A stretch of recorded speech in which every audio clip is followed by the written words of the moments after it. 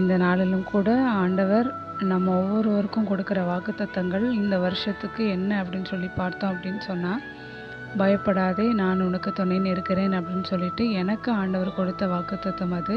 நீ கர்த்தருடைய கையில் அலங்காரமான கிரீடமாக இருப்பாய் என்று சொல்லி என்னுடைய பிள்ளைங்களுக்கு ஆண்டவர் கொடுத்துருக்கிறாரு. அது மட்டும் இல்லாமல் கர்த்தர் உன்னை உன் சத்துருக்களின் கைக்கு நீங்களாக்கி மீட்பார் அப்படிங்கிற ஒரு வார்த்தையும் கொடுத்துருக்கிறாரு.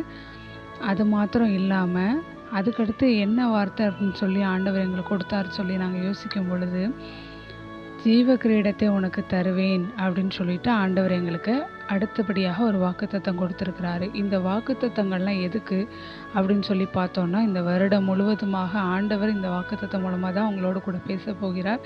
என்ன சூழ்நிலை வந்தாலும் அந்த வார்த்தைகள் உங்களை விட்டு விலகாது, உங்களோடு கூட பேசிக்கொண்டே இருக்கும். God bless you. தேங்க்யூ.